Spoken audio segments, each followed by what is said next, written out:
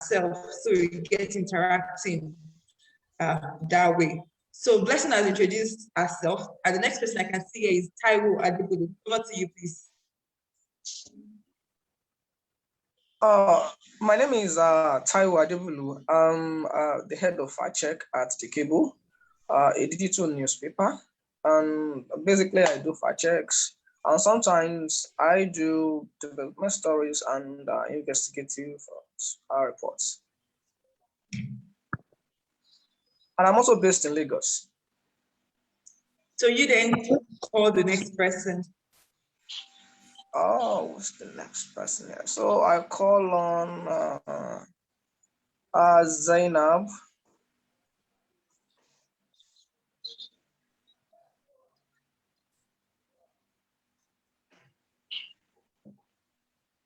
I think Zainab is not, I think audio is not connected.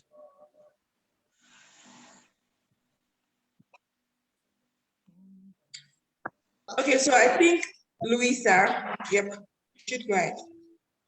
Right, good morning, everybody. I'm just trying to set my screen. My name is Loiusa Olaniyi. I'm a broadcast journalist with RaveTV channel, and I am joining you guys live from Lagos.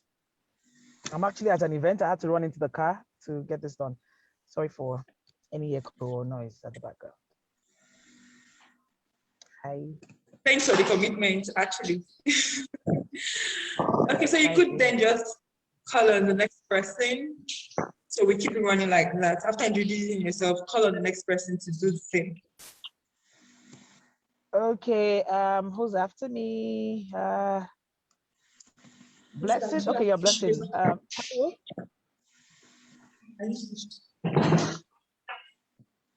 Taiwo can do that. Oh, can you hear me? I can hear you. But what did you say? Okay, Taiwo already did. Okay, the next person. I don't know how to call the next person. I think I've introduced myself. All right, sorry about that.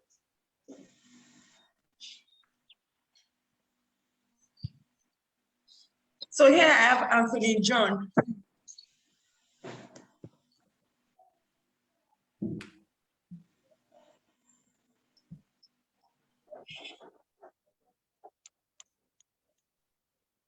Okay, can I take the floor and introduce myself?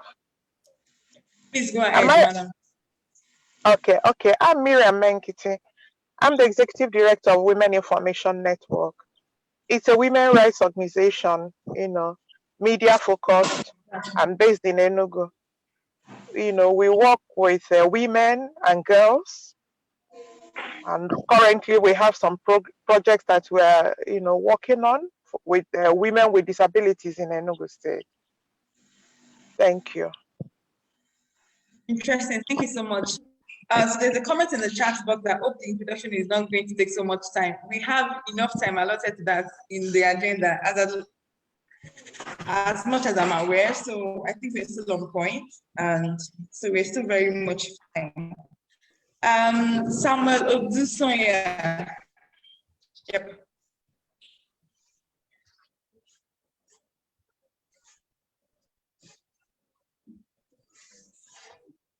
Then Anthony John, is Samuel Odusonya, okay, present. Anthony John. Onyeka. All right, good morning, everybody.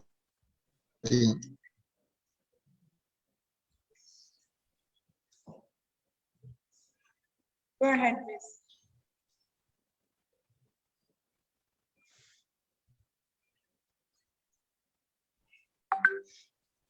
I guess his network is bad. Maybe you can just move ahead. Can you hear me? I'm not getting any response. Okay, we can hear you, Samuel. All right, thank you very much, Lekon. My name is Samuel Odusonya is my name, and I'm based in Lagos here, and I work as the Strategic Operations and Research Manager for SiidAfrica, and currently I'm working on a project that is the we call the CGPA, that's Citizens Governance Performance Assessment at the moment. Also, I'm into travels agency, and I work with Flying Out Travels and Tours as a travels agent and visa consultant, and quite a number of things I'm also involved in. I think that'll be all for now. And once again, it's nice to be here and to be part of this call. Thank you. Thank you very much for the introduction. All right, so anybody that has not spoken, I will call. As also speaking, also Ugona Kingsley.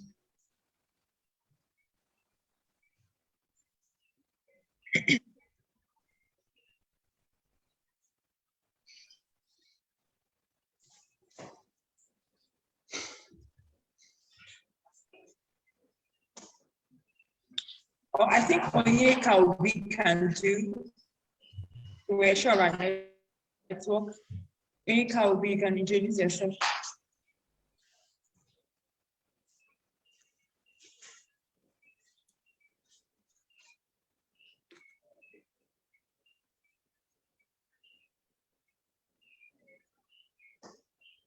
Okay, so we have 2 minutes more to finish the introduction section.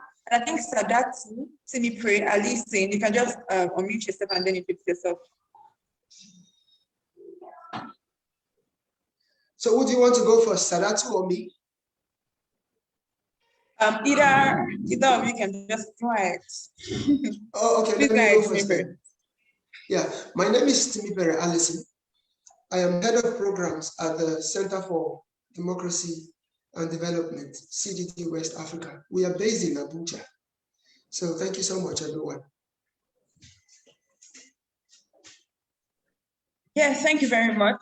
So we have 1 minute more. So let's introduce ourselves so we can take that. Oyinka, your audio is connected. You might just want to mute yourself and then introduce yourself.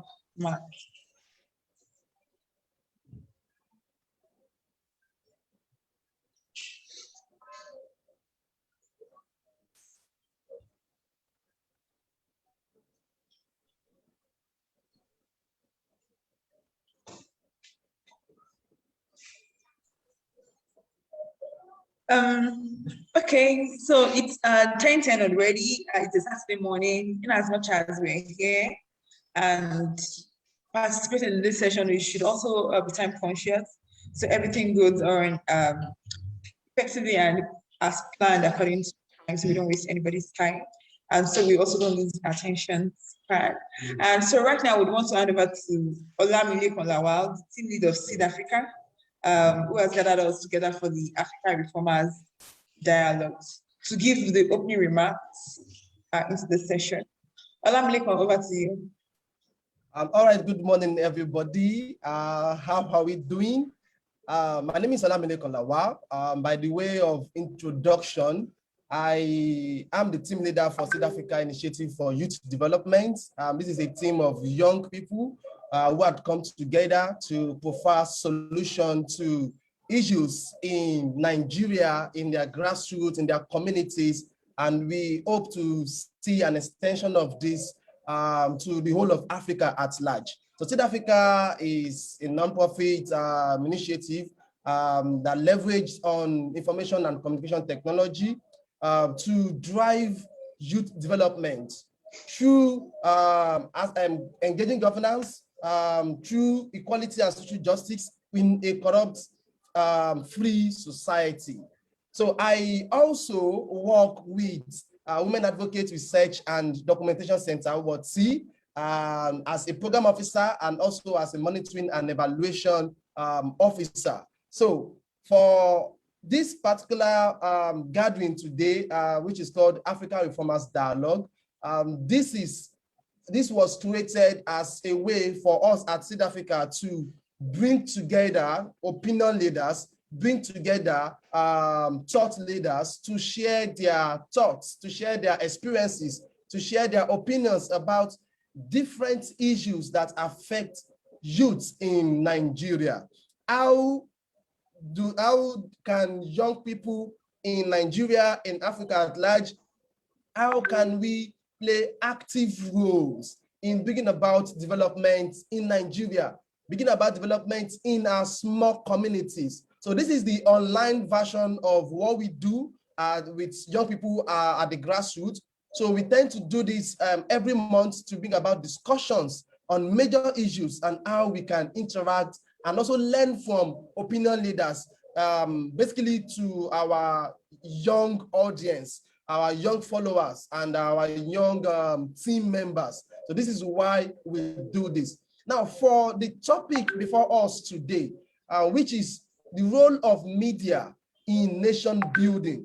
Now, with so many events happening across the world, especially with the issue of media, both conventional and new media, it became very important for us to draw up this dialogue towards this direction on how young people can effectively and efficiently make use of both conventional and new media to drive development. How can we make use of this to drive our own development as youth and drive development as a nation? So we are doing this to also know the role that the existing media agencies are playing at the moment to drive nation development. So looking at issues like fake news, the current issue of Twitter ban, and so many other issues that are up there, the social media bill and the rest of them. How will this affect young people? What role are young people playing? What role are the media agencies playing? How investigative journalism is at the forefront? How enough are we doing? And a lot of discussions that are going to happen today. So I won't be doing the talking. We already have opinion leaders in our midst here today, and I know we have wonderful participants also who are going to make this as engaging as possible. So with all this and without further ado, I want to say thank you so much for coming. I hope we are going to have a wonderful time in this edition. And it's very obvious, I can see already that this is going to be a wonderful time with us all. Thank you so much and God bless you. Amen. The pastor that you are is praying for us. And so you were supposed to introduce yourself. We all introduced ourselves. So you assume we all knew you. I thought you were going to do that before you took the opening remarks. So you can just do a brief, which you also did anyway by telling us you're the team leader of SiidAfrica and you also work with WASI. So that's fine. So let me hand over to Samuel Odusanya, Strategic Operations and Research Manager. He's going to tell us about SiidAfrica Initiative for Youth Development and what it's all about, as well as the monthly Africa Reformers Dialogue, which we are doing at the moment. So, Samuel, over to you. Okay, thank you very much. Once again, Blessing. I think Leko has done virtually most of it. He has spoken a lot about SiidAfrica and what what SiidAfrica is about. And at the same time, he has spoken also about this dialogue that we are all part of. I will just retreat from what he has said, since I've been called upon now to do that. And like Lekon said, SiidAfrica is a youth focused organization that has come out of a drive, a desire to see young people bring development to Africa. We understand that the development we seek for in Africa is not what will come from outside Africa, but it's something that have to come from within. And the idea that we have come up with is to see that even from the grassroots, from the bottom top approach, we can, initiate and also motivate and inspire people who would come out, out of their closet, out of, their COVID, and then be able to do things that will bring development to Africa. I believe that Africa in itself has what it takes to make itself great. And this is what SiidAfrica is all about. And we have quite a number of initiatives that we've come up with in order to see how we can bring this to be. And amongst that includes, we have a platform which is based Facebook-based online platform, which is intended to bring about, the projection is to bring about 1 million youth across Africa who would be change agents, who are going to come out and who are going to do things that is going to revolutionize Africa. And that is the Africa Reformers Movement. And the Africa Reformers Movement is that community of youth who are going to see that Africa becomes great as it should be. And it is out of these that this dialogue has come out from. And we did dialogue. The dialogue is part of the Africa Reformers Movement, activity that will bring young people who are, who have been making tribes and making impact in their various fields and within the community, who will come and shed light and also help bring more young people to begin to do great things like they are doing. And amongst that also, we have a project that we are working on, which is among our inclusive governance projects that we have, which is the the Citizens Governance Performance Assessment. And this is intended to assess government's performance, because we look within the we looked around and we couldn't find that any sort of means by which government performance could be measured. And we see that it's needful that we need to know what government officials are actually doing and how these performances are rated. We need data to actually be able to measure. And since these data are not available, it becomes very difficult to know what a particular regime of government did and how they perform. I think this data will help to actually be able to point out areas that need to be addressed as it pertains to what the government is doing.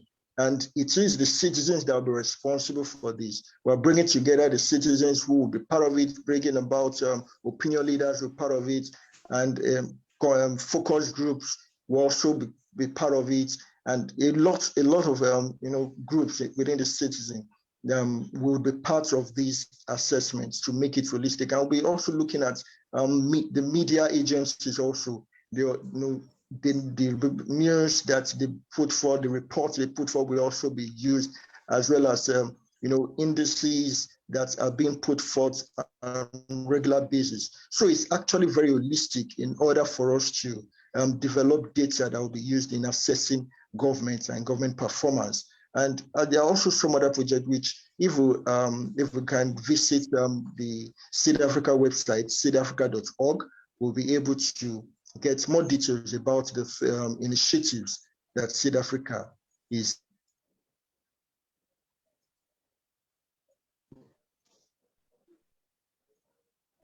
Great, thank you so much, Samuel, for that. And I think that's a great initiative, what you're working on, trying to develop what we can use to track developmental issues, what government is doing over there, instead of just saying blankly, oh, this administration performs better than that administration, this is good in this part. And because this would then take off sentiment. You're not just saying it because of your affiliation to a particular party or your interest in a particular administration, but based on facts and key points. So that's highly commendable. That your team is working on a great one. Well done there. So according to the agenda, we are going to have Timipere, Allison, please pardon me. Timipere, yeah. Timipere, Allison, yes. Who is going to talk first about the state of the nation and the Nigerian media, because we're talking about the role of media in nation building. So he's just going to be taking us through that in 10 minutes or less. And Timipere is the head of program at Center for Democracy and Development. I'm very sure CDD is more like an household name to everybody. Everybody within the media sector, even within the development sector as well. So we are glad to have you join us here. So over to you, Timipere. Okay, thank you very much. I'm starting at exactly 10:22. So by 10:32, I should stop, right? Absolutely. Okay, let me see if I can do that. So first of all, I should convey my director's thanks for the invitation and apologies that she couldn't make it. She has other prior engagements. And also thanks to everyone who has joined. As I was introduced, my name is Timipere Allison, Head of Programs at CGD. And SiidAfrica has done a very great service, I think, by convening a webinar on a topic like this. Currently, my organization is writing a State of the Nation report, which addresses a lot of what I believe we'll be discussing today, because it is very, very important that young people and organizations that are in the civic space continue to highlight the challenges that we're facing, especially as it relates to media and the freedom of expression. So you all understand that Nigeria has never been so close to the precipice as we have been in the past few years, particularly beginning in 2015 when we began to see this downward slide. As of 2020, the Freedom House report scored Nigeria 45 on political rights and civil liberties. And many other reports have also scored us very low in terms of press freedom, how we allow the media operate. And much of the attack on the civic space and the media have gone through legislative or extra legislative attempts.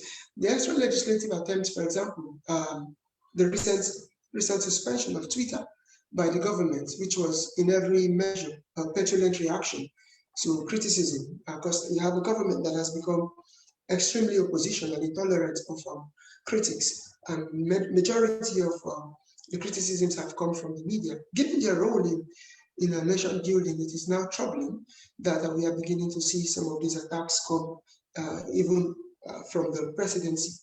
Of course, the proposed amendment to the Press Council Act, which Lekon mentioned in the email that he sent to me, is one of those measures that may further curtail press freedom.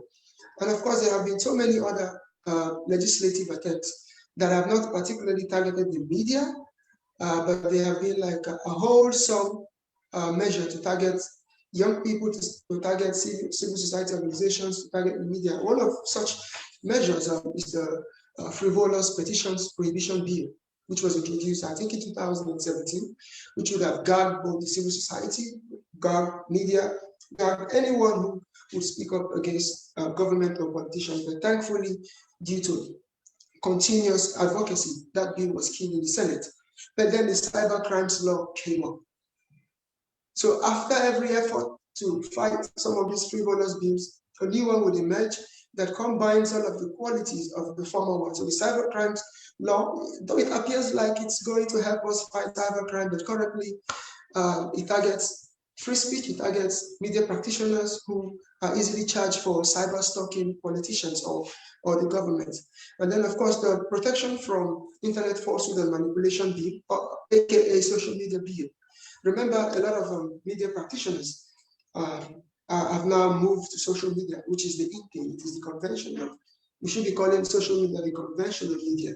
So many formerly traditional media practitioners now operate on social media. So this bill not only affects ordinary Nigerians who would want to share information, whether truth or not, on social media, but also journalists who use the social media for their engagements. And of course, the most disturbing one has been the spate of arrest and forced exile, and then of course disappearance of critics of the government. Many of them are media practitioners. I don't know if you remember or you can recall Salihu Tanko Yakasai. They call him Dawisu. He was detained by the DSS for a tweet lamenting insecurity in the country. And then also in 2019, we had a case of abduction, but this was by unknown gunmen, not the unknown gunmen who terrorized the East, but some unknown individuals armed, and then they went to his residence in Kaduna and picked him up. And since then, Abubakar has never been seen, And of course, we know the case of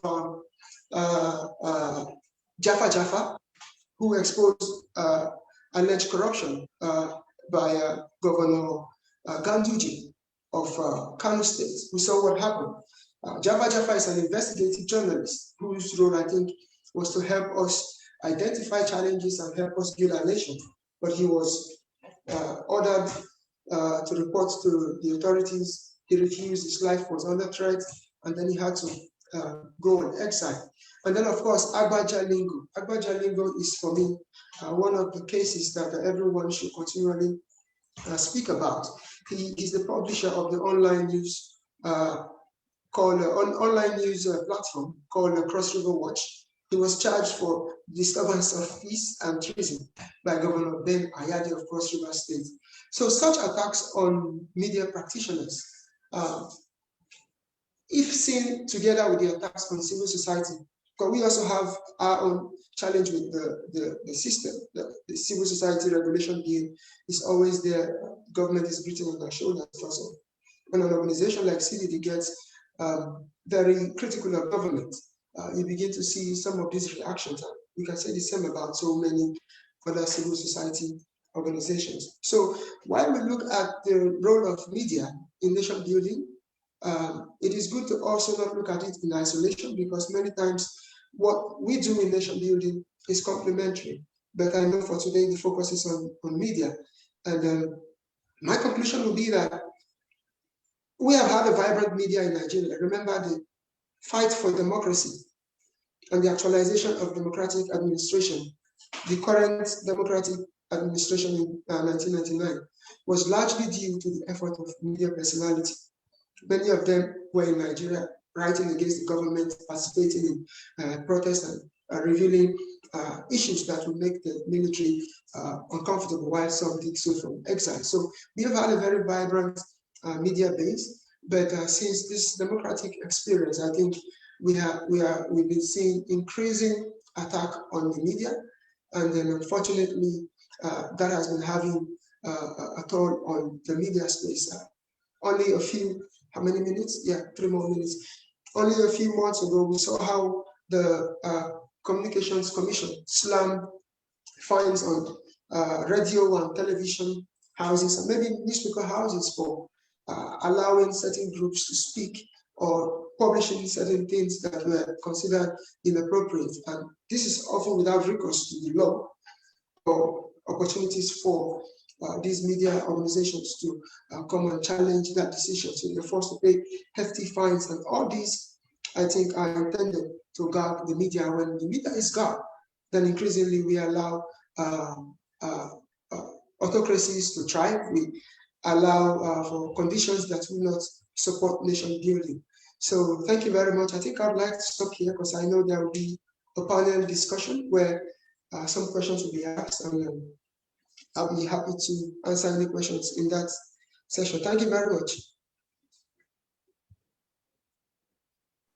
Yeah, thank you very much, Timipere, and you really touched on certain points during this conversation or during this discussion, because just during the week on Tuesday, I think the Nigerian Union of Journalists launched a particular report on state of attack on journalists in Nigeria. I saw reports of how many people have been killed in the past, in this current administration, how many people have been attacked, and a whole lot. So you're really speaking to this. So when the media as a whole is being attacked, how are they able to perform their role in nation building? Thank you for bringing that connection into it. So we're going to proceed into Taiwo Adebulu and Loiusa Olaniyi as our guest speakers. And I'll just quickly do just a brief introduction, but I think Timipere has already talked about a few things, so I don't want to jump much into that. But it's something important I should know that in every democratic country, the media plays a vital role in creating, molding, and reflecting public opinion. And Timipere also referenced the fact that getting into a democratic system in Nigeria, all thanks to the media, because media played a huge role in this. And we should understand that in a democratic system, this should be sustained. The media shouldn't be gagged and all of that. So media plays a huge role, a very important role, and aid public involvement through advocating for issues and transferring knowledge, skills, and technologies to the people. We could just go on and on to talk about the role of the media. And that's why we've gathered here today to also talk about the role of the media in nation building. Are we still doing our work effectively as the media? First stopping us from doing this? What are those impediments to playing our roles effectively? Is it the nation itself? Is it systems or processes that have been put in place? So those are the things we will be discussing for the next 45 minutes by our panel session. So our discussants are Loiusa Olaniyi. She is the HOD presentation at RaveTV. Welcome, madam. And we also have Taiwo Adebulu, head of fact check desk at TheCable, and Blessing Oladunjoye will be moderating the conversation. So this is how we're going to do it. We're going to be asking questions from each of the guests, each of the speakers. So they would respond to those questions, but initially I'm going to direct it to one of the speakers or one of the panelists to respond to the question. So if that's sufficient enough, we could then proceed to the next person because of time, but we want to use 2 to 3 minutes on each question so that we can be able to exhaust all our questions within the time frame that we have, which is 45 minutes. And after that, participants can also ask questions or comment contributions. You can also use the chat box so you don't forget the flow of thoughts, and we can always address it at the end of the conversation. So I'm going to be starting with Loiusa, and to say, so what exactly is the role of the media in nation building? Or do you feel that the media do not be entertain and all that? What role the media has to play in? All right, can you hear me? We can hear you. All right, first and foremost, I want to appreciate Mr. Timipere. I had to get that to Allison of CDD for starting off on a very succinct note and letting us into what they do and to set a tone for today's discussion.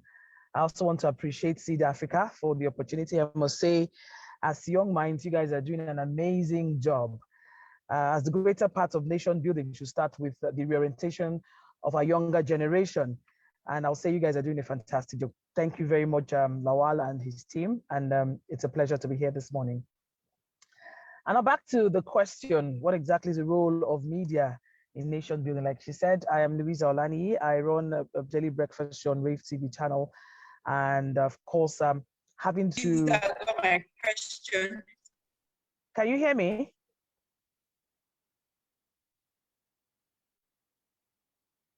All right, I can go on, right?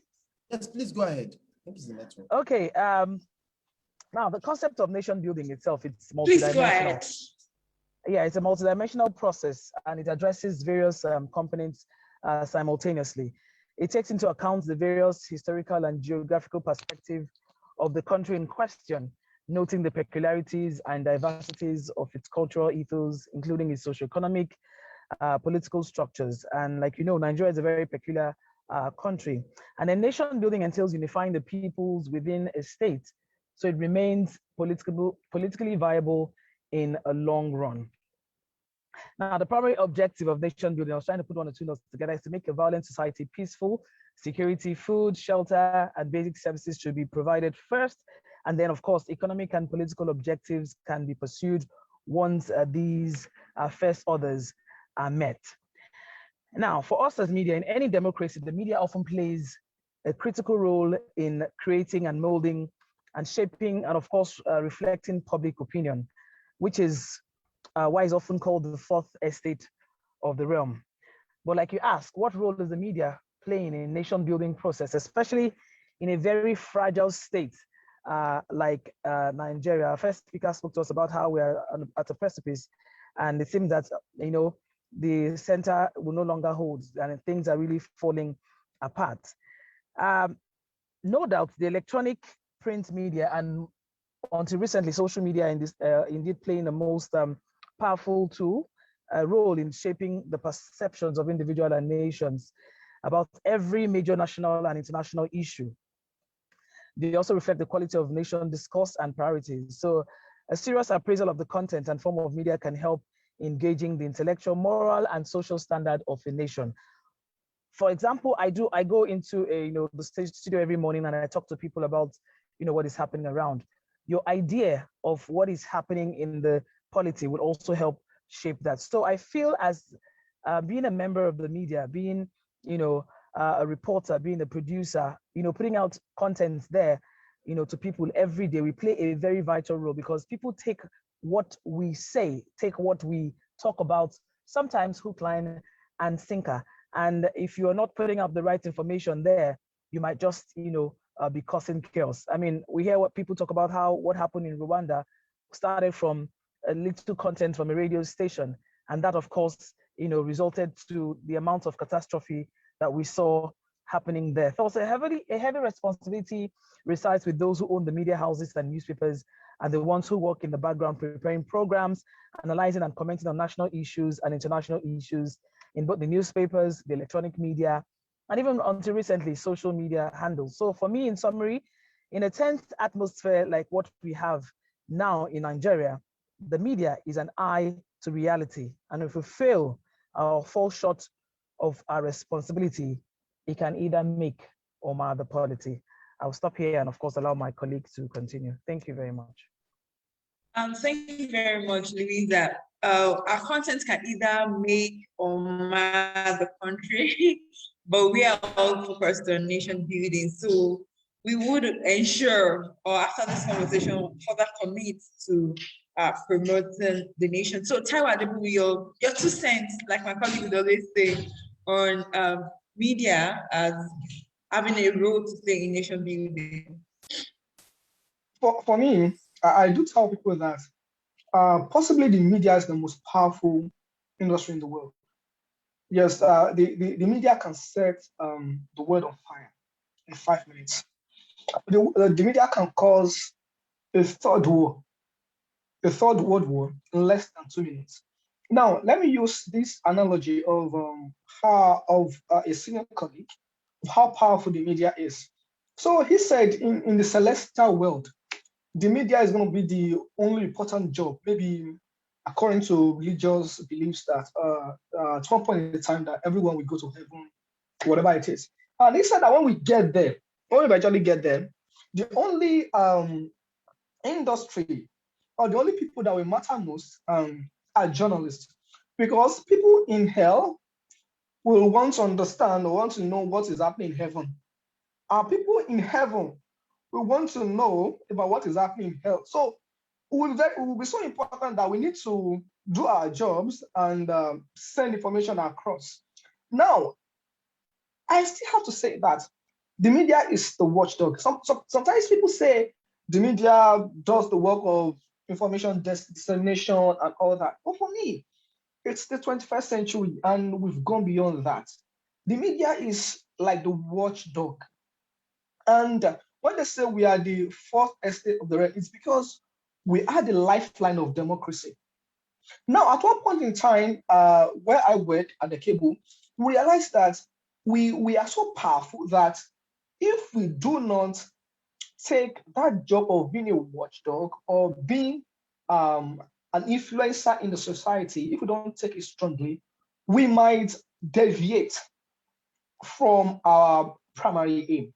So at one point in time, we had to create a fact check desk, which I currently head as we created it about 2 months ago because we realized that there are so many things going out there that people are circulating a lot of things that are not true. And we realized that even in the media, there are some stories that we do that are fake. You know, it's the word of fake news. It's the word of infodemic. We're no longer battling with pandemic again. At least we've got to one stage when it comes to the COVID-19 pandemic that we know that we are no longer scared. There are vaccines out there. But when it comes to infodemic, right now, there are no vaccines for infodemic. That is the pandemic we are facing right now. So if the media is so powerful that we can send out information. We should also be so powerful to correct misinformation or disinformation out there, or malinformation, because the media can be used. For example, I realized at one point in time that whatever happens in a country, the only people you can use to achieve your aim, whether your aim is mischievous or whether it is true, it's only the media people. Just gather about 50 media people and give them whatever it is you want to give them, and they push out the kind of narrative that we want. Sometimes I also realize that there's certain truth that everyone knows, but the media can paint a different narrative. So we are so powerful that we can set the whole world ablaze, and we are so powerful that we can change the whole world. That's why we say that the pen is mightier than the sword. And that actually comes to the fact that the role of journalism or the role of media is very powerful and are foremost when it comes to the issue of democracy, accountability, or transparency. Thank you. Thank you so much, Mr. Adebulu, for that. There is no vaccine for infodemic. Like that was more like taking an injection for me when you said that, because that's the truth. We are trying to develop solutions of vaccines for every other thing, but when we receive wrong information or false information, how do we then go about?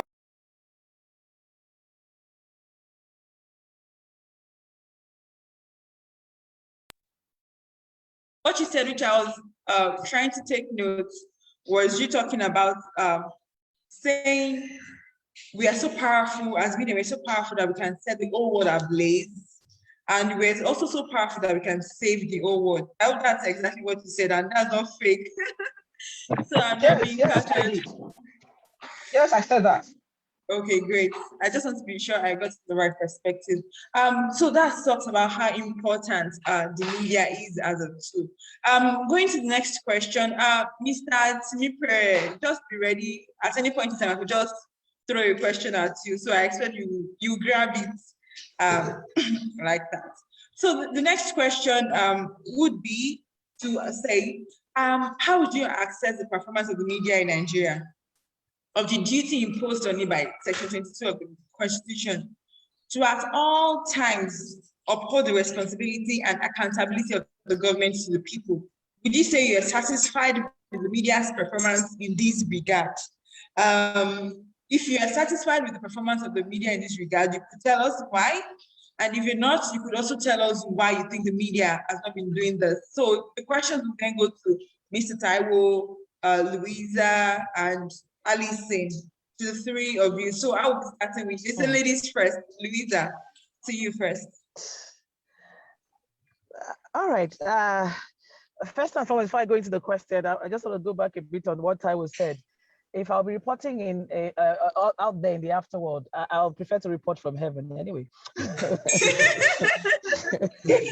I'll just realize how cool heaven is, you know. I mean, and all of that. But don't worry. But back to it. He just said it all well, as powerful as that. Talking about how satisfied if we are. I would say one thing is for the Constitution to give us rights to do what we are supposed to do. The other thing is for us to be given that freedom to do that. We have a Constitution where everybody's saying that it has to be tampered with, something has to be looked into for us to live properly.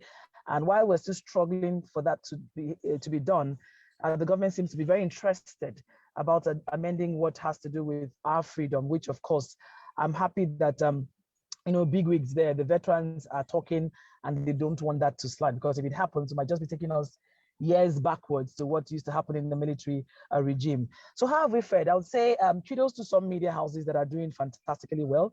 But I think until recently, recently we're trying to see some spike of media houses that are actually very partisan. Places where you come in as a young person, you want to do your thing, but we have boards out there that actually, your hands are kind of tied as to what you are supposed to say or not. I want to take an example of what we do here at RaveTV. Agatha Amata has been a voice of the people for years, with her a talk show, Inside Out with Agatha, that was 20 years old plus. And of course, she bettered RaveTV, where she gave young people the opportunity to, take part in national discourse and also say things the way they are, what they feel should be done. And 7 years down the line, by the grace of God, we've been doing our thing.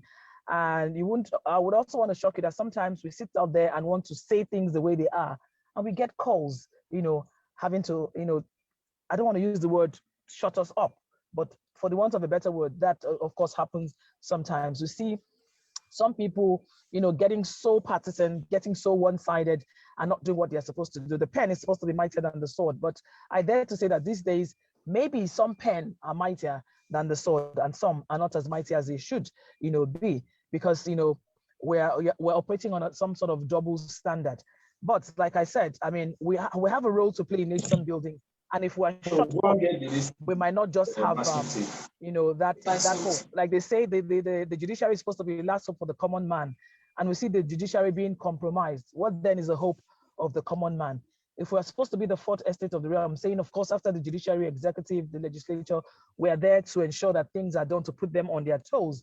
And if we're not doing that, if our hands are tied, if we're being shut up, if people are collecting bribes to shut up, if we're not given the free will in a democratic situation, in a democratic dispensation to do what we're supposed to do, then I'll say we are falling short of our responsibilities.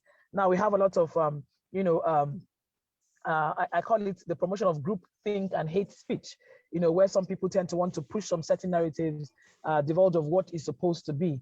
That I'll say is a failure. But I want to give it up for those really strong ones, tenacious ones that will say it the way it is against all odds. And I hope that as we're fighting for this bill, not to see the light of day, it will be fought to the latter, so that at least the remaining few voices that are there and still talking will still be there, to talk for the people and put the government on their toes. So one way I would say yes, some of us are still trying to do the job the way it's supposed to be done. Others would want to do the job, but their hands are tied because, there's what they call, for those of you that report, they'll tell you they have styles in some media houses and what they should, their style of reporting and the style of how they put out their news stories there. So for an innocent young person that is there and wants to do the thing the way he or she was taught in school, your hands might just be tied to do the needful. But all in all, I'll say kudos to those that are really doing the job and doing it the way it should be done. Thank you very much, Louisa, for sharing that. And those are the real things happening. And like I said, pen is mightier than the sword, but in some cases, some pen are more weaker just because of certain things. And coming to Adebulu, because Louisa has shared something very salient, which is about maybe media ownership, some people trying to push some certain narratives. How do you think this is also infringing on how media is able to portray its role? Suriname just tried to put this narrative. There's a particular person who reached out to me to manage his website, and in a few months he wanted so much money. Please, this website is not even known. Then comparing to platforms like TheCable, like Sahara Reporters, you want it to be so prominent in just a few months. And then he told me his agenda is just because he wants to push, is ahead of politics.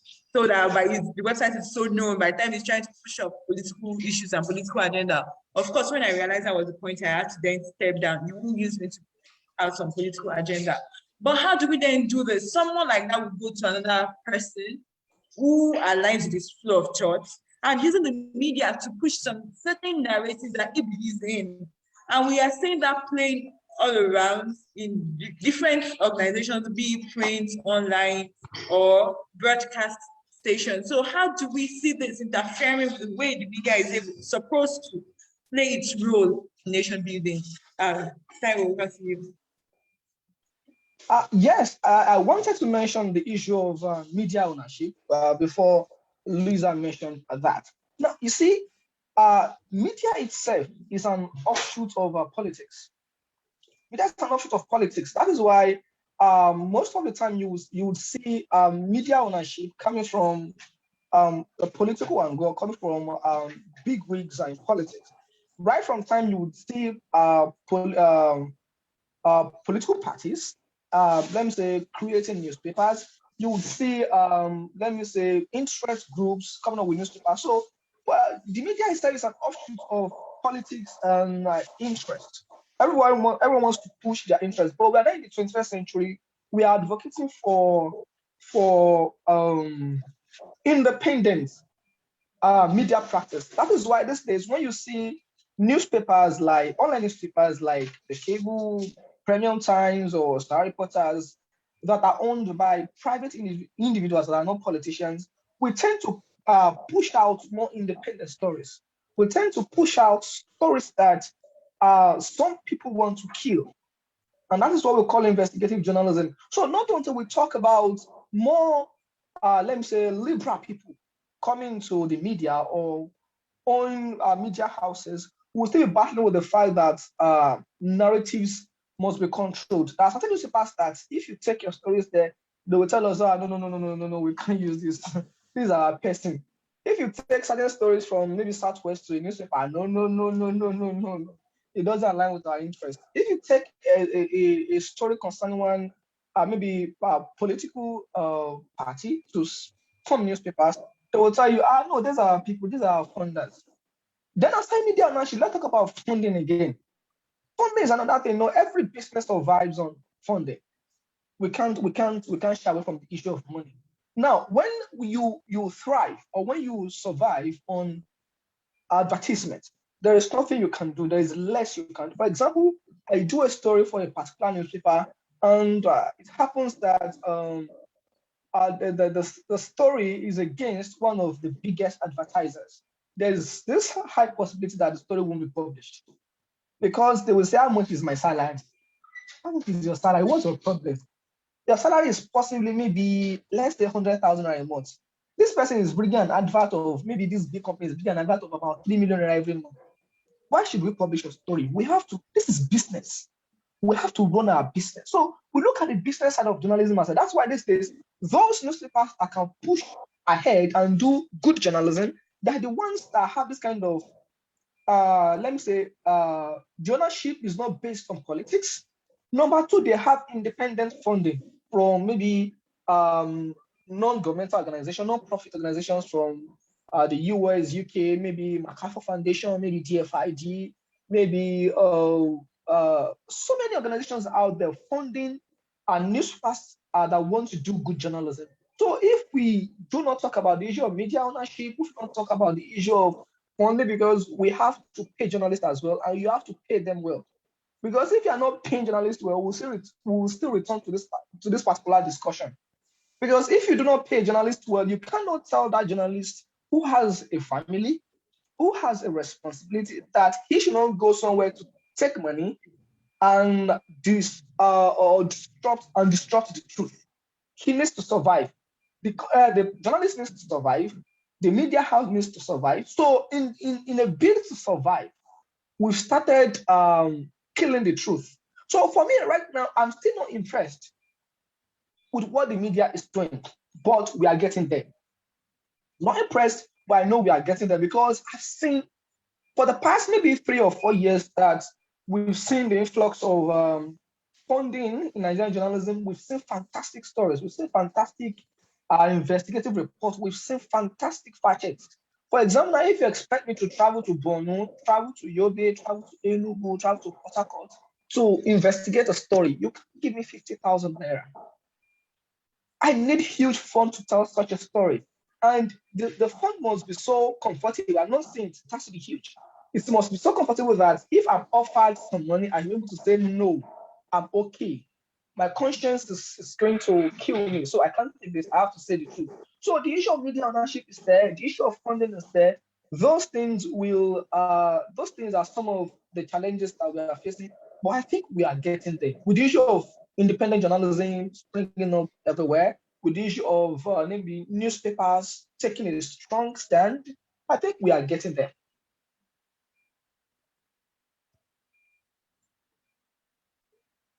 Thank you so much. We are getting there, and let's hope we get there. I hope my audio is playing off this time. Thank you so much for sharing those thoughts. We're able to talk about media ownership. We're able to talk about our funding support, and when media largely depends on advertisements, all you want to do is just to get money and just get things done and just proceed. It is well. I'm going to come to you, Allison. You're not a media practitioner, but you've engaged with media organizations over time during your project and all that. I would just want you to share with us, are you impressed with what the media is doing or has been doing regarding nation building, just in 2 minutes? Yeah, I think I'm speaking as CDD's head of programs, and also from my previous experience, I would say I would score the media more than average, because let's understand that they operate in a very hostile environment.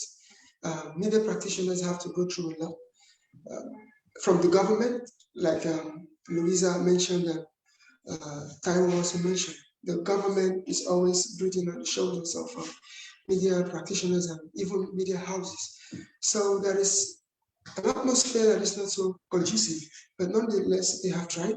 I've seen a lot of independent media reporting that I think ordinarily shouldn't come out from a country like Nigeria, but they are so brave to do that. But nonetheless, there are still issues. Taiwo mentioned media ownership.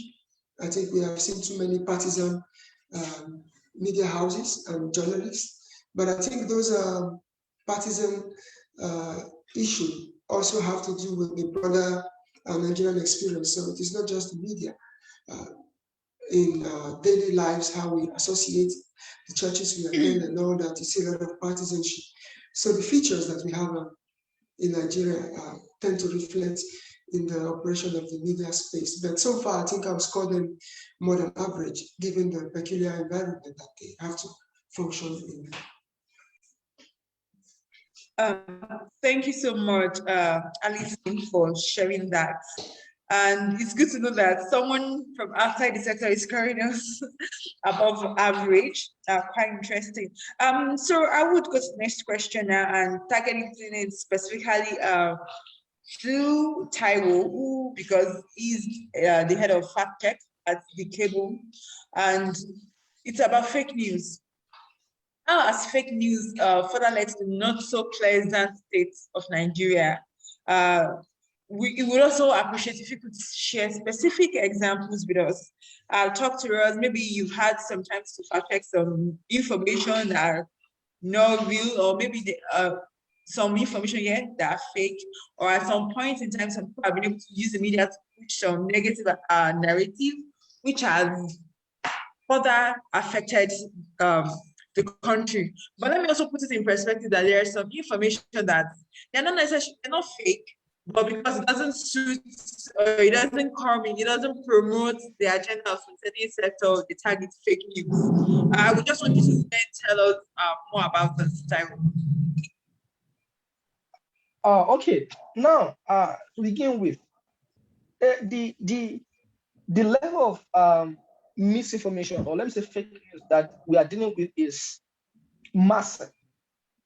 It's massive. You can't really quantify it. That's why the word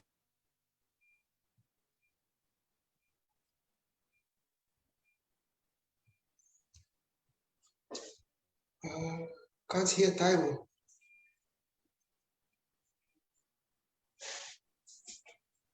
Hello, Taiwo. You have to check your volume.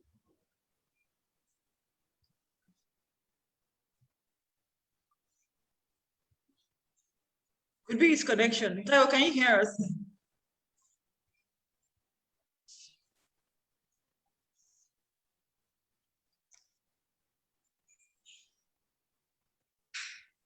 Are you sure he has not muted himself? Yeah, I think he's muted now, but he wasn't before. Probably it's his network. Let me transfer and drop a message for him. Okay, while we wait for... Okay, while we wait for Taiwo, I just want to jump in there a bit. It's massive. It's terrible. Okay, he's back. Hello, can you hear me? He's there. Yes, we can hear you, Loiusa. Go ahead. Hello? No, Taiwo is back. Let him continue. Okay. Yeah, Taiwo, we can hear you. Hello, can you guys hear me? Yes. Not Hello? anymore. Yes, we can hear you, Taiwo. Go ahead. Hello? Okay, there must be a problem somewhere now. There must be problems. Maybe someone Hello? should probably chat him. Yeah. His network shows that it's okay, but I don't know. All right, while we're trying to connect to Taiwo, can I Hello? go on? Loiusa, please, you have the floor. Please go on. Okay, maybe someone should just private Okay. chat. I should check his connection very well. Of course. Sorry. Loiusa, please continue. Okay. Being Okay. As I was saying, the level of misinformation that we are dealing with right now is massive. We can't quantify it right now. It's so massive. It's so massive. Yes, and that was why the word epidemic came into place, that we are dealing with a very serious disease, which has to do with fake news. Now, I realized that and I can see you guys, and I can hear you guys. How about turning off your video and see if the audio can do the work alone? Yes, please. Yes, please. Okay, you can try now.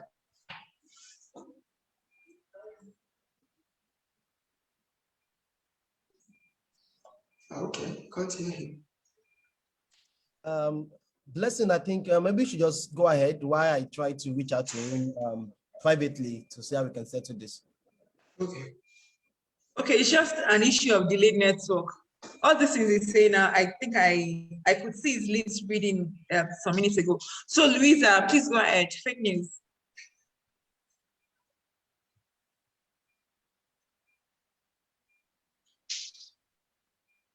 And I hope everyone can hear me too. Loiusa is muted. I don't know if she forgot. Yes, we can hear you. Okay, I can hear you now. I can hear you. Can you hear me?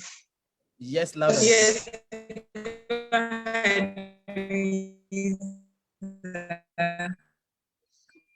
Okay, it's kind of faint from your end, but just to take it from what Taiwo was saying, something about fake news. I said he was in a very good position to talk about that, but I just want to give a scenario of what happened recently. The whole issue of Nnamdi Kanu's rearrest and rearrangement and all of that, came to the fore surprisingly to everybody. But we had a whole lot of videos and old stories, going around how he was supposedly lured in by a female and all of that, and videos started going off. Sometimes I wonder how Nigerians, they just bring out these videos that will rhyme with the situation, on ground, and start spreading that, and people start, going about with that same narrative. I almost got caught up on, in that web until, I had to fact check again, and now I see that happens. We don't see so much of fact checking happening these days. And of course, that was, some of the things I'm going to talk about during our challenges. The fact that some people want to, break the news, want to be the first to put out stuff like that, and they really do not, go about, fact checking what they put out there. The idea that, or the first story that came out to say that he was caught in the UK, he was caught here and all of that. Even Kenyans coming out to say that they never had a hand in all of that. Where did the initial story come from? We know we can't be everywhere. We have sources and all of that. How do we go about, verifying, that source of ours to know that, yes, what we are putting out there might not be detrimental, to the narrative we are putting out there. These are some of the things, that we see happening these days, thanks to, Fact Check Africa and other, organizations that are trying so hard to put us on our toes. And I hope that, of course, going forward, we'll be doing the needful in trying to put out news stories there that are factual. Thank you very much, Loiusa. Do we have Taiwo with us now? Not sure. Yes, I'm back. Okay. Okay, please, can you finish the flow of thought, or you might just want to start all over so we don't miss any salient points. Okay, I don't have to start over, but I just have to say one or two things. Now, for me, I think we are not perfect yet. Like I did say the other time, we'll get there. Because one thing I've realized is, as a journalist, people want to mislead you. People want to really mislead you, push out narratives that are not cool. For example, when it comes to the issue of where Nnamdi Kanu was arrested, sometimes you have highly placed sources that should know the information you need, but still they want to mislead you. And when you go to another person to verify, sometimes you have to verify from maybe 2 or 3 sources, they keep on telling you the same thing. And then when you push it out, you now realize that you've been misled. So we cannot really be perfect. We cannot really get there at once. But when it comes to some flimsy information, for example, someone sent me one yesterday that I assigned to one of my fact checkers on my team. I laughed when I saw it, because there are certain pieces of fake news that you will see or you will hear that normally you should know this is a lie. But the issue is those people are feeding on people's established bias. Can you hear me? Hello? Yes, we can hear you. We can hear you. Yes, we can hear you. Yes, they are feeding on people's known bias already. For example, if I have a bias for Sunday Igbo, and you send me a piece of information that is, although fake, but support Sunday Igbo, I don't have to verify it again. I just have to put it out. See them, they have killed him. They have killed him. They shot in his house. About 10 people died in the neighborhood because I already have a bias for Sunday Igbo. So they are feeding on people's biases, and those people, sometimes people know what to do, but they don't want to do it. That's what I've realized as a fact checker. They know. The second thing I've realized is the kind of people that push or that circulate some of these fake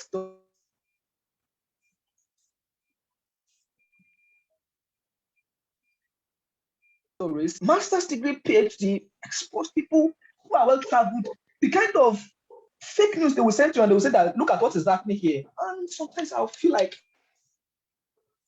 for example, let me give this particular example. One of the silliest fake news I've ever seen. Now, when Twitter was banned in Nigeria, now there was this tweet circulating everywhere where Jack, the owner of Twitter, was alleged to have said that President Buhari, I don't know who you are, but I don't know if some of you saw that stuff. And people were reacting on it. It was circulating everywhere. Meanwhile, it was a Photoshop image. For example, there was a story about Obieze Kwesili. They said she said something about being used for BBOG. She never said it. What people could have done was they could have gone to her Twitter page. They could have gone to her Facebook page. For example, that's something that you have to just read the story through and to read between the lines, and you know this is not true. That particular story had no date.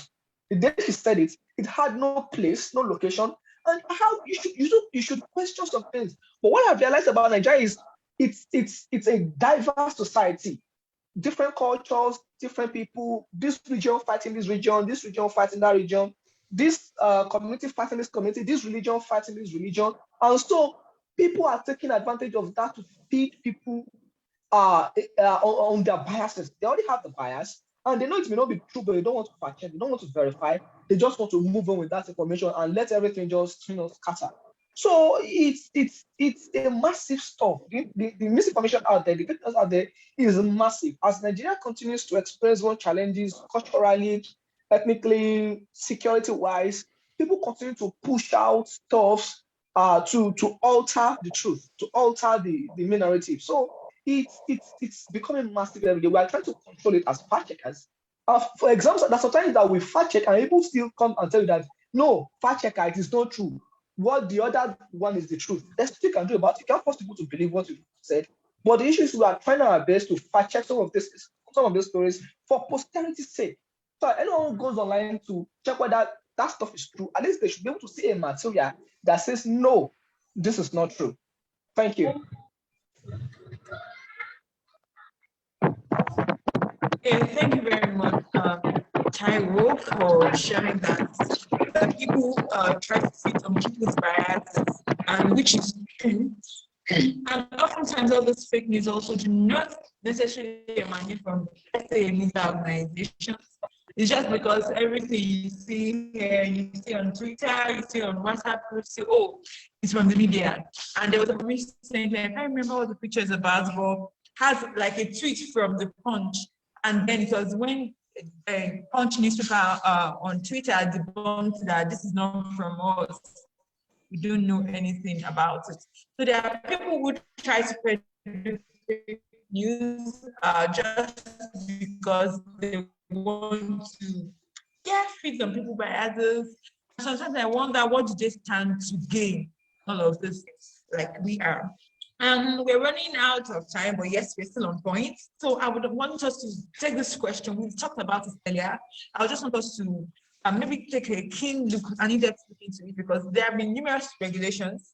And Allison, we're coming to you on this because you talked about it in your presentation earlier.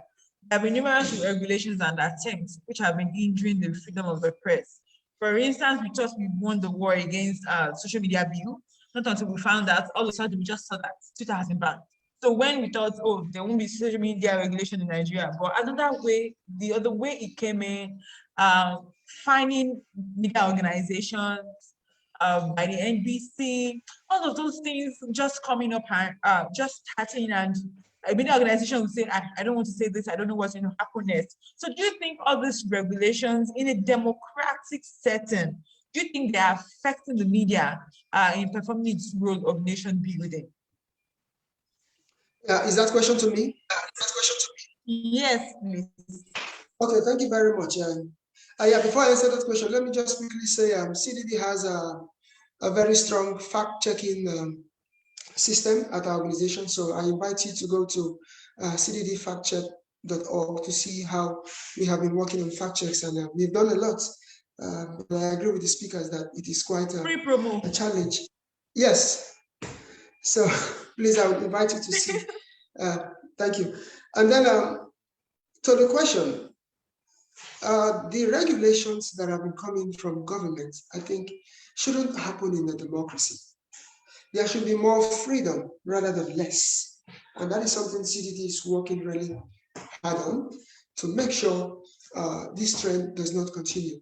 So we welcome media partners, because the media are perhaps the most impacted by all these decisions. So for example, like I mentioned in the opening statement, why should the NBC slam a media house for allowing certain groups of people to speak, even when the designation of that group as a terrorist organization is still challenged in court? So certain things that they do not sit well in a democracy. Take the Twitter ban, for example. Under what law? I saw the other day that Alhaji Lai Mohammed, at the monologue he rendered in the House of Reps, because that wasn't a dialogue, he was quoting laws and all that. But in a normal democracy, if the NBC or the federal government thinks that there is a violation of media regulations, a court of competent jurisdiction will be approached to make a determination. If the court says this is a violation, then a fine or any other kind of punishment can follow. But this unilateral decision by the presidency or by the NBC, I think is intended to prevent the media from speaking freely. And also to mention, on Democracy Day, I was invited to speak on NTA, but I also had to self-censor. I mean, I could have, if it was elsewhere, maybe Arise, where I've always appeared, or channels that I would like to appear, I would speak really freely. But on NTA, I had to worry about the job of the woman who invited me, the job of the presenter. So all of these measures, I think, are intended to continue to keep the media silent and maybe one day phase the media out of our democratic system. Thank you.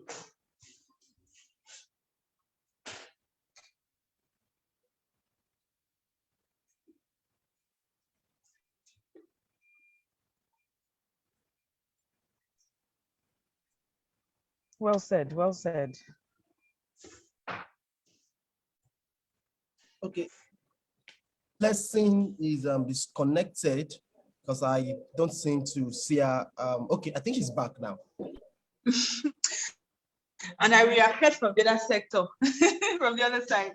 Okay, so I heard up to the point of censoring that Timipere said, but yeah, that's recording fine. In progress. Okay, so my other device is back.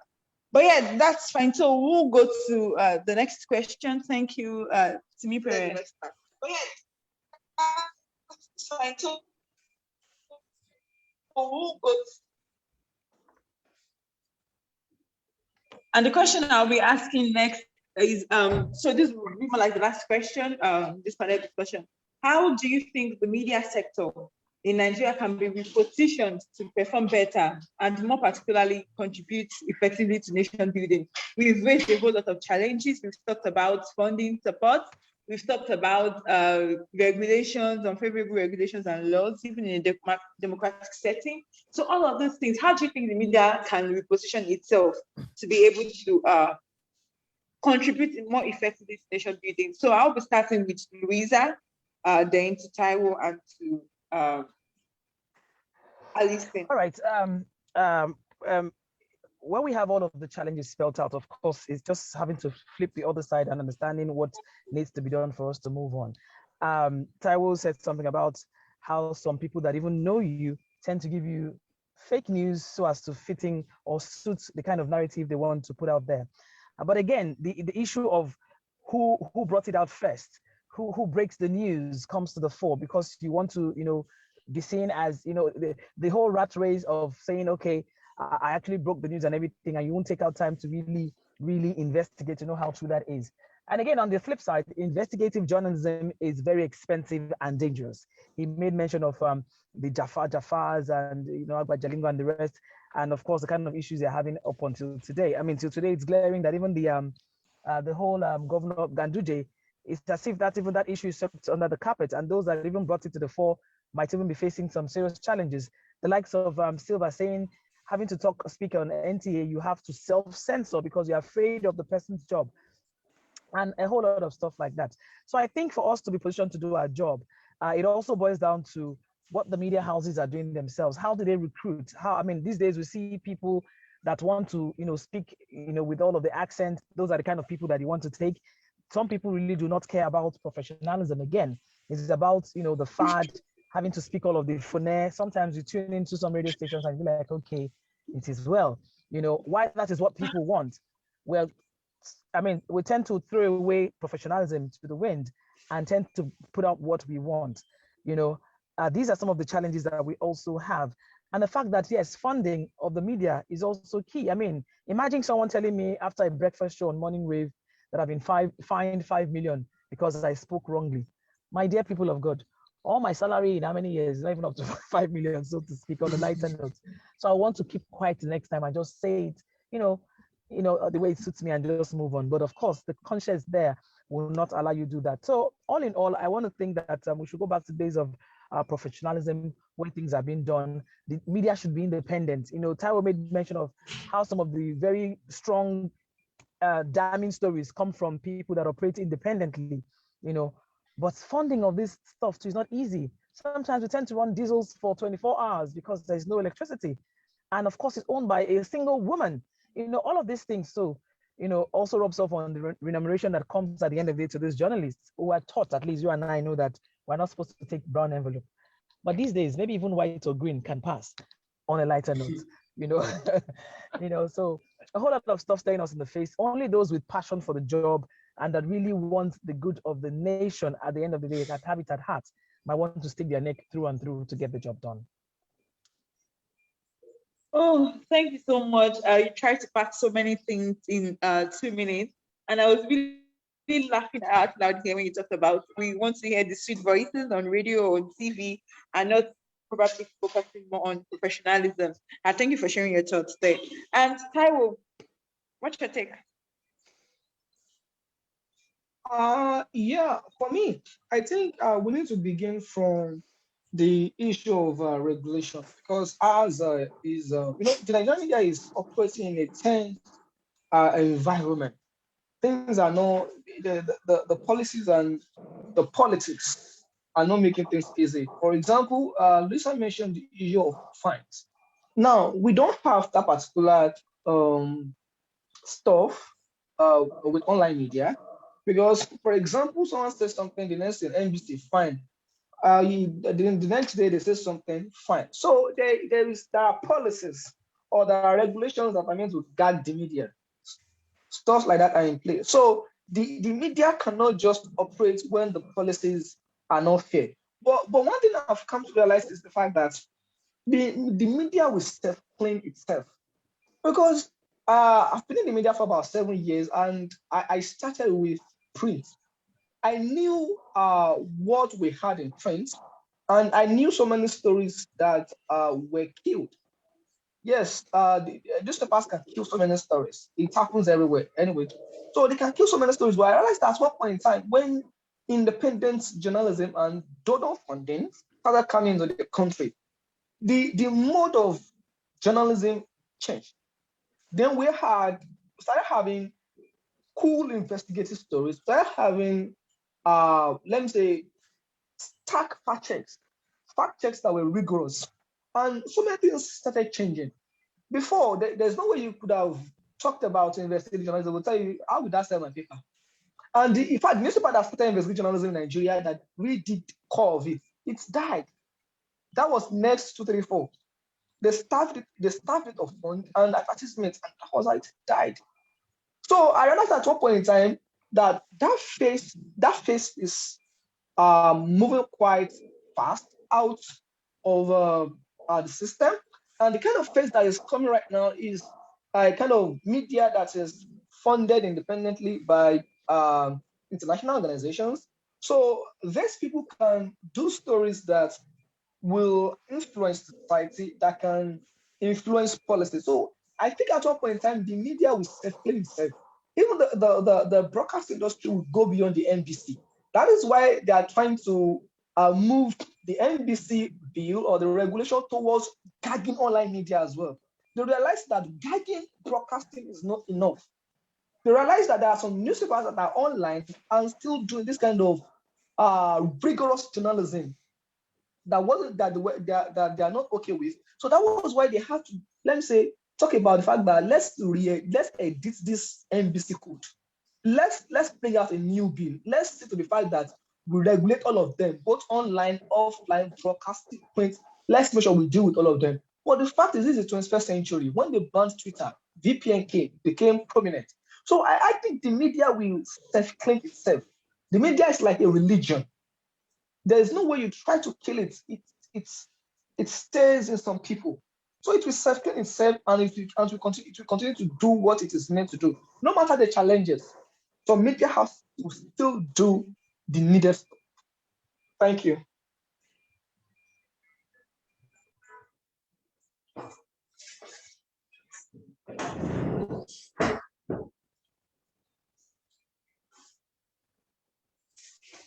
Okay, I think Blessing is okay. She's not muted.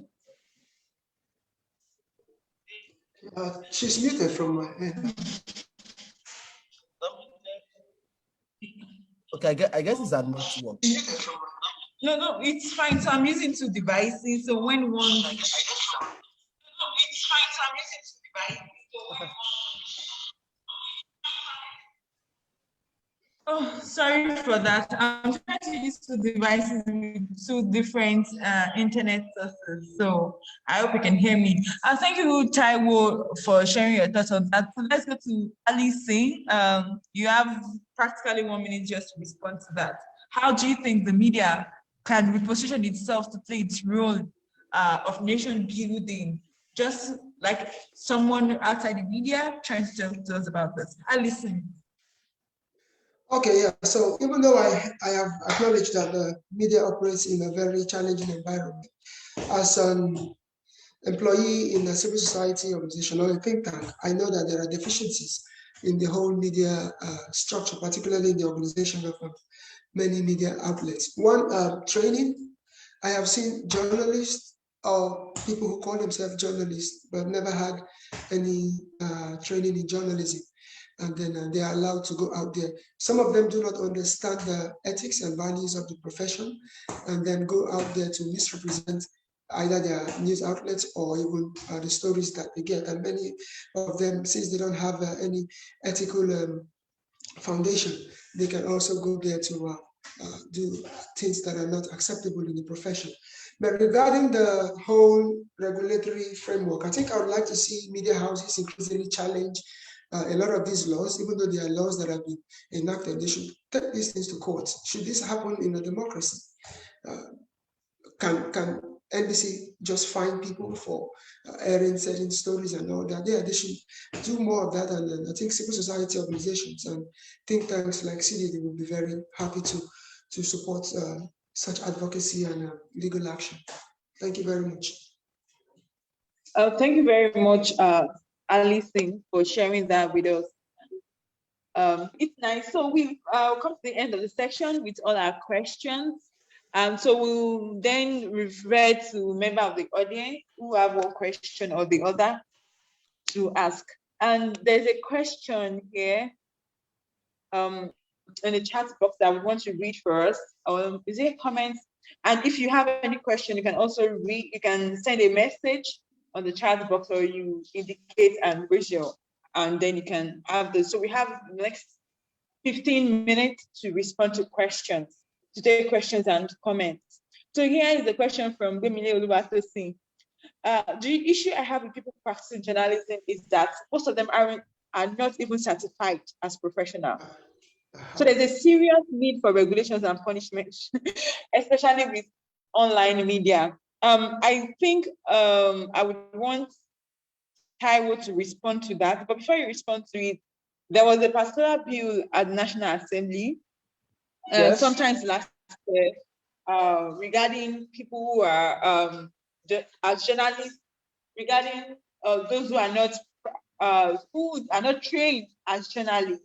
There will be penalty for them and all of that. And the popular Fisayo Sheyombo that we all know, at least that's the very example that came to mind. It's really doing so well, and it will tell you its background is not even from journalism related course. So how are we then able to merge all of this? How are we able to bring all of this together? Just respond, Taiwo. Yeah, Blessing. Now my reservation for that question is the word punishment, because it really reveals where the question is coming from, like punishment for online media. Now, let me begin with the first thing. Now, the first thing is the best journalists I've seen so far never studied journalism. I never studied journalism in total, but I knew I was a good writer right from the beginning. So when I got into the job, I started learning. If you look at, I don't know if some of you know Toyoso say of Punch. I think she studied accounting or biochemistry or so. And Mr. Joseph, too, the controller of publication at Punch, I think he studied accounting. Some of the best journalists I've seen never studied mass communication. They never studied even English language. In fact, at one point in time, I realized that science students are even better in journalism than art students or students who pass through humanities. So it's not about being totally certified. Journalism is a different field entirely. We have the same problem too. For example, bloggers calling themselves journalists. They just, when you have a phone and internet, you can just open a blog, start sending out information. No. But for media houses, you cannot say. For example, I've seen interns from universities that studied mass communication, and they cannot write a simple news story. Whereas you will see maybe a student of microbiology writing fantastically. So the issue of certification is out of it. Yours is not to regulate the media. Now, one thing I know is I accept that there should be a bit of regulation of the media. I accept that because it's becoming crazy. It's becoming a crazy thing. But the truth is, the kind of regulation that people want, or the kind of regulation that the government wants, is not even a regulation. It's to kill. They're not talking about how we can fund the media. They're not talking about how the media can become a strong force. The only thing you're interested in is to gag the media, not a regulation. There's a difference between trying to regulate and trying to kill. For example, the question says, especially online media. What I can read right now on the chat box, especially online media, I think it's because people have realized that they've already gagged broadcasting industry because everything is fine. This one fine, you have fined this. The only thing NBC does is to fine radio stations. As though that is the only function they are meant to do. The only thing they do is to fine. What else do they do? How do they see into the welfare of broadcasters? Nothing. So if you are saying that people should be punished, they should be regulated, it's an attempt to give the media, it's an attempt to stop the media from performing its sacrosanct function. So if you're talking about regulation, bring it to us. Let's discuss it. You don't determine what to regulate. The media is a kind of unique sector. It's a unique industry. So what we are talking about right now, what people are talking about is not even a regulation. It's a gag. It's an attempt to murder the media. So that's not regulation. You don't call it a regulation. Thank you, Taiwo. Thank you, Taiwo. I can feel the passion in your response where you're talking about this. I have issues with the punishment and all of that. Yeah, you're right. Yeah, if it's been punished, then BONews Service is also going to be affected to a very large extent. Even with the Twitter ban, our work to a very large extent is being affected, and that's the truth. Access to opportunities that we see freely on social media and all of that is being affected. So how much more punishment? So there's a comment here, but before I take the comment, the person who asked the question, Loiusa as and raised, maybe you just want to shed some light. So Tosin, I will give you just 1 minute to respond to that, then we can proceed to the next comment so we don't waste our time. Tosin, you have the floor. All right. Good morning. Back to the issue Mr. Taiwo raised, because I actually asked the question. Now, the issue is not, what I meant by punishment is that, just like the way we have professional accountants, whenever they have an issue, you see them, they are being blacked out. They no longer practice that profession again. Now, the issue I have with journalism is that you see every Tom, Dick, and Nally reporting news without verification. And to some certain extent, if you are not careful, we don't verify information, we just report it online. Before you know what will happen now, there not be chaos in the country. So that's why I said there should be a proper regulation, especially for the online. Now, if you are going to online, are you a trained journalist? You mentioned yourself, Gonsoya. So go be like Glory. She later went for journalism training proper. So what I'm trying to say in essence is that the so-called journalists, let us go back to the drawing board and let us report the right information. Government surely want to kill the media, but in killing the media, we ourselves, we should not contribute in killing the profession ourselves. So that's why I actually raised that question. So let's go back to the drawing board. Thank you. Okay, Beverly, let me please say something. You see, this problem is a massive one. Everyone knows, especially with the coming of the internet. The internet has opened everything that everyone has become an expert. So it's very, very, very hard to control. For example, someone opens a blog and says he or she is a journalist. There is virtually nothing you can do to stop that person. NBC cannot control that person. Nigerian Union of NUJ cannot control that person. Nigerian Press Council cannot control such a person. So it's an internet world. Even in the US, it's everywhere. But the fact is, when you say a professional journalist, you know this is a professional journalist. But the fact is, there is little one can do about that, especially with the proliferation of mobile phones everywhere, the internet is everywhere. There is little one can do. But the fact is, we still know those who are practicing good journalism, and we know professional journalists. Thank you so much, Taiwo. Thank you so much, Taiwo. I was even saying I didn't give you the floor to respond before but it's fine. So Abubakar Babayos and Zue, but he has a comment in the chat box. Let me just read the comment, then you can have the floor. Abubakar. In Nigeria, many people are thinking of exercising their fundamental human rights, and they fall victim of defamatory statements by going beyond their limits. I appeal to this wonderful house to organize some awareness programs. Abubakar, maybe you want to shed more light on that or ask for the question.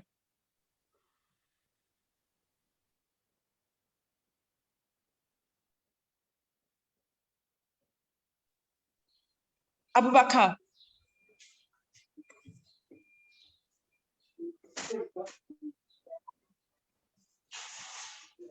Can we move on if he's not there so we can save time? Okay. Time. Okay, yeah, that's fine. So another comment from Taiwo is there's something I keep saying: if you publish a story that defames you, you can slam a lawsuit. You don't let it go. Call them out. So this is just basically saying that not everything would appeal to everybody. Not everything you write. If whatever you write appeals to everybody, then it means there's something actually wrong. There was a time I did a story, like I said, BONews Service is an online news platform. We focus on women, persons with disabilities, and children. So regarding COVID-19 palliative in Osun State and how persons with disabilities were excluded. So I shared, it was syndicated with FIJ, Foundation for Investigative Journalism, and the headline was changed. They saw the story I wrote first. They saw the link from BONews, it was fine. So when they saw the other headline from FIJ, they became, how would you say we received over 1 billion naira and we abandoned, we neglected persons with disabilities, and there was so much noise. I just told the woman who happens to bear the same surname with me, kindly read this story. Is it different from what you told me? Is it different from the findings and all of that? So sometimes you really do not, what you're pushing out might not appeal to them, but you need to stay on the side of the truth. And if they feel anything is wrong, they can always contest that in the court of law. So Louisa, your hand is raised, and after Louisa's comment, yeah, then I beg to run very soon, but before I go, I just want to reiterate what Taiwo said, that the best of journalists we have today don't even have the mass comm or the journalism background. I would say I'm also a living testimony. Of course, my first degree was in sociology from the University of Ilorin. Of course, I had a stint also mass comm in Poly Ibadan. And after that, since I knew this was where I wanted to do, I had some other trainings, but some people tend to jettison that. And sometimes media owners too, like I said, want to go with the fad, want to pick up those that speak in their nose and everything, and then push them out there to do all of the wanna, bina, and of course that takes it. And again, we've had cases where some journalists have been owed for years, and of course they live where they are, they do the professional stuff, and then go to open their stuff online. Now these days, I can be a blogger, I can be an influencer, I can be whatever. And some of these big companies tend to go, to these influencers to even help them push their stories, to even help them push, their news, even if it's right or wrong, and nothing happens. Maybe that's why the government is talking about regulation, but it's just that for Nigeria, when we talk about regulation, it's about killing it totally. What the veterans are talking about is, okay, let's sit down, let's look at all of the terms and conditions. It will not be something that at the end of the day, even those that are trying to do this job the way it's to be done will not be killed or silenced totally. That's not what they want. But all in all, we should also look at remuneration, look at professionalism, and then of course, try and go back to how it used to be, where of course, if a journalist comes into your house with the pen and with the midget and all of that, you tend to want to sit up because you think whatever this guy writes might just make or mar. But these days, they tend to even say, want to cover people up with money and all of that, which at the end of the day, like I said, you might not blame those that will succumb because they're not being paid fully or well where they work. Thank you so much, Louisa, for sharing that. And I think we're quoting them gradually. So there's a comment from Anthony John. The media can function effectively and help in reshaping the nation if regulation by the government is not intended to defend and promote its interests and ideology. Anthony John, thank you so much. So I think we are saying here that, yes, the media can be regulated, but not be gagged, not be killed, like it's been said. So when your hand is raised, you can share your comments and probably do closing. Yeah. Okay. All right. So since I'll be doing all this together, let me start with my recommendations or suggestions to the media agencies and the journalists in our midst. And I think it's very important for us to begin to look at how to put out more of positive kind of communications about Nigeria. Since this discussion is talking about role of media in nation building, there's there are a lot of things that are out there that I think they really defame us more than they promote us. A lot of people who are not Nigerians, who are not Africans, who do not even know how we relate here, the kind of pictures they get to see about us, especially when the name Africa pops up in their head, is people who are almost like animals. We have more of corruption, more of violence, and all sorts of negative things. So I think the media really needs to do a lot in pushing out more positive kind of communication about us, about who we are, about what we represent, and make it known that most of the things we get out there is not all that we represent. So I think a lot needs to be done about that, because most time when I look at the international media organizations, when they need to push news, it's more like the kind of news that that are not good are the ones that really get out there, that get attention about us. So I think the local media agencies needs to do a lot about that. Now, speaking about regulations, punishment for journalists, especially those online journalists. I don't know if you are aware, something recently happened. The founder of Berekete FM, that's the ordinary president. For me, this is someone who is really doing a lot to promote, human rights, nation building, and he's doing fantastically well. So I would probably want to ask, maybe I should push this as a question, if maybe when I'm done, what can be done in this kind of situation? Because he's doing a lot. He's protecting human rights, and yet he has fallen prey to what he is preaching about. He's a good man, but yes, he has committed an offense. So I don't know, how do we have this check and balancing to issues like this? Finally, I think the issue of journalists and brown envelope, I think a lot really needs to be done about this, because these days journalists don't really want to do more of investigative journalism again. The CSOs are now really pushing, supporting, funding a lot of journalists to go into investigative journalism, which I think should be a thing of pride. Though, well, I won't blame some journalists, considering the things that are happening to a lot of journalists out there, the likes of Agbajaningo and the rest of them. So, but I think we should do more, because investigative journalism is really helping us to, to be able to see a lot of things that are not open to the public, a lot of things that the public don't know about, issues of corruption, a lot of things that we might not even be aware of. So I think a lot really needs to be done about investigative journalism. So I don't know if someone will help me with the question about ordinary president before I come back to the closing remarks. So Blessing, maybe you want to help me, pick someone who can help me out on that. How do you check and balance on this? Okay, so I think I would want Taiwo to do that maybe in 1 to 2 minutes. Taiwo. For me, the issue of ordinary president, I had a reservation for that particular story, because for him, I think it should have been out, because that was his personal flaw. And the issue he was fighting about was, it wasn't even his child. That child the head was practically burnt by the woman. And so the emotion got the best of him. We have our flaws.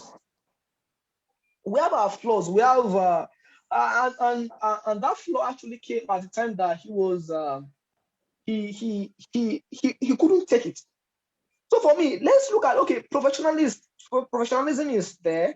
Then we have our personal issues as well. So I think people shouldn't have, or journalists shouldn't have taken advantage of his personal flaw. I'm certainly calling it a flaw, because I know he did something bad. But we shouldn't take advantage of his personal flaw and let it overshadow the best part of him, which actually comes down to the issue of public interest. What he's doing has to do with public interest. That's his job, and he's doing fantastically well at that. But the fact is, because his personal flaw came into being, we had to magnify that above the one that is actually good. For me, I have that particular reservation. So there is less I can say about his personal flaw. Some of us, we are good when we are speaking at public places. For example, this is what is it called? This is Zoom. We're all speaking politely, we're all speaking fine, diplomatic stuff. But that doesn't mean someone knows that I won't give him a dirty slap.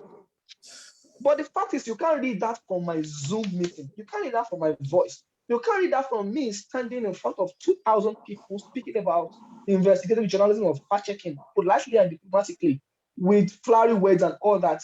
We have our personal flaws. In literature, they call it hubris. Some people have the issue of pride. So that took the best part of him at that moment. Because it was a crazy stuff. That was a crazy situation.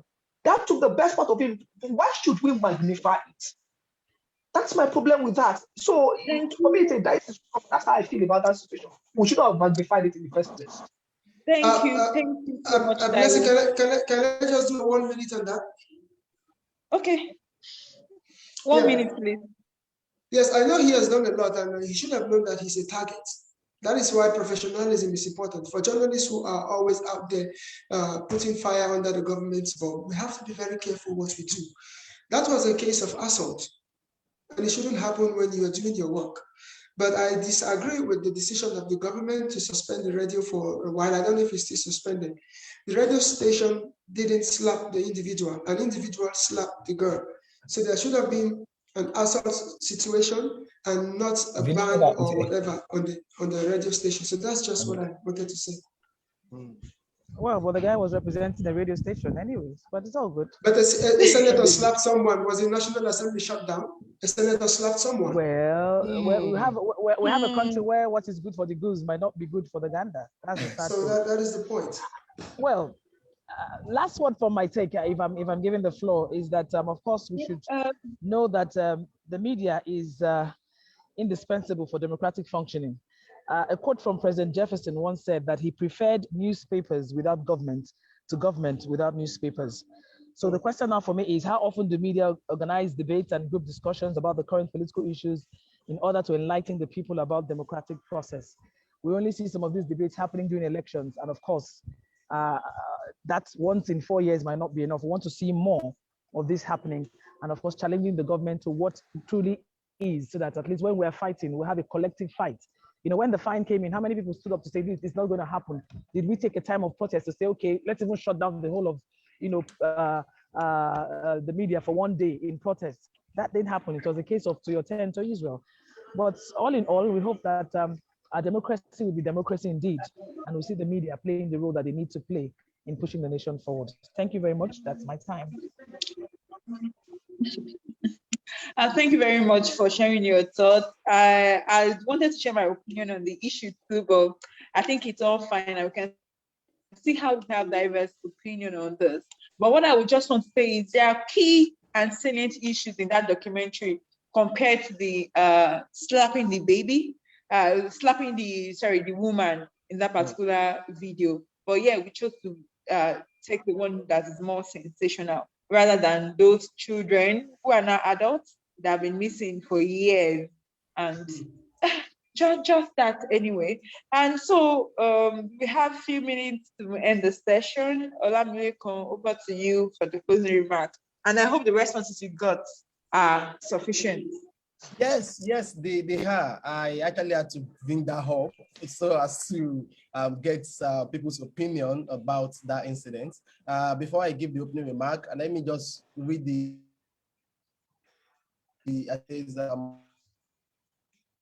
about media and not journalists, and people still read off their posts. So how do we get to regulate that? Okay, so I think a lot has been said already to answer that. For the sake of our time, I would proceed to the closing remark.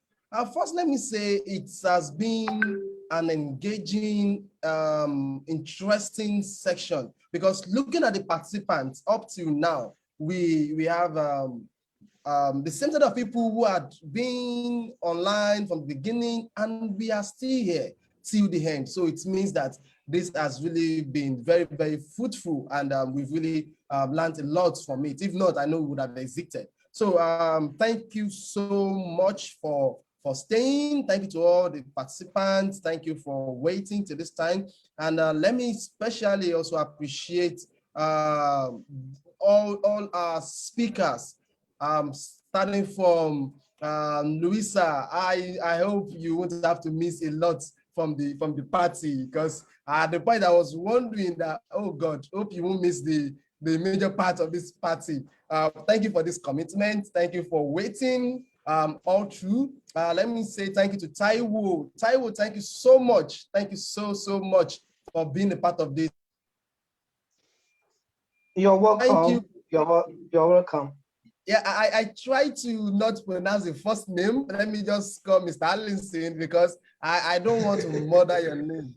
Because as a Yoruba guy, I feel like calling it Timipere, but Pere, yes, that was what I was calling Ekiti while I was serving. Yes, but it's Timipere. Yeah. Timipere. Why would I call it Timipere? All right, so thank you so much, sir. Thank you so much. Please send our regards to Madam Idayat. We so much appreciate your presence, and we really learned a lot from you. So I will just quickly, because before we close this meeting, I have some very wonderful people who gave their introduction in the chat box. I know we have Catherine, the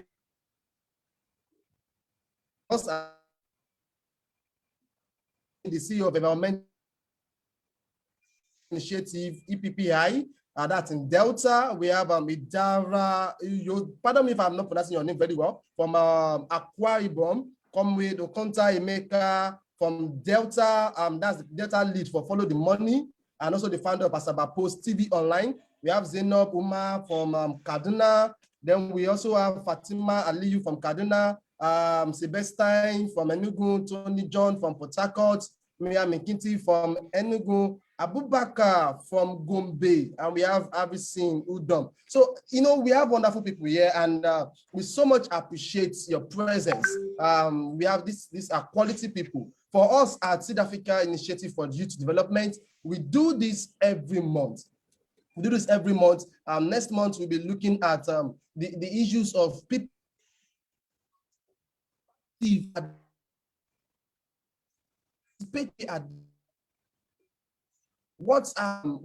they have leveled playing ground for to participate in politics and to be involved in governance? So in our August edition, this will be our focus, and it will be nice to have you join us in this edition also. So please, this session it has been streamed on Facebook while the program was going on.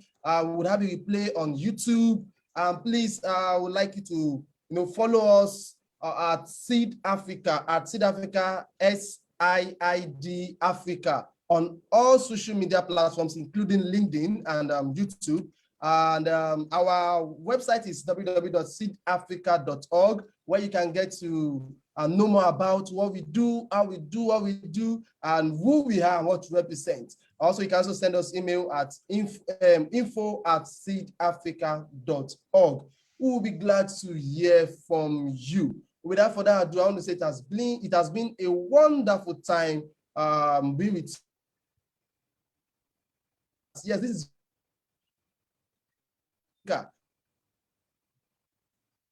Corporation and Research Manager, and to a wonderful lady who has been directing us. She has been the conductor, the moderator for this for today's dialogue, Blessing Oladunjoye. Thank you so much for making this wonderful.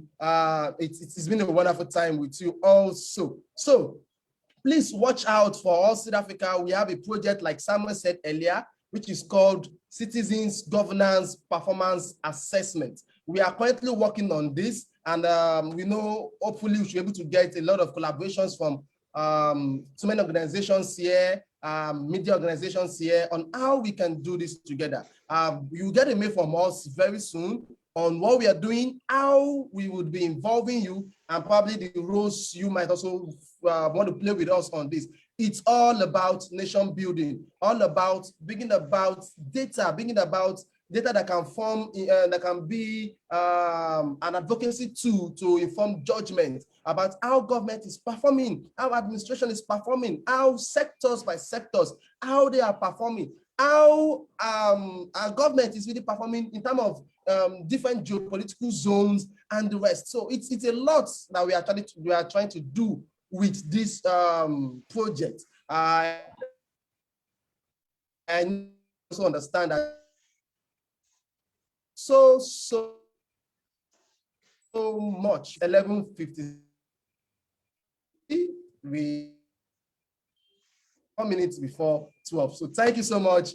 I would say goodbye and God bless you. All right, bye. Okay, so the chat box will be left for the next 4 minutes in case you want to drop comments, want to drop anything. By 12 o'clock, we'll close this meeting. Thank you so much. Bye. God bless you too.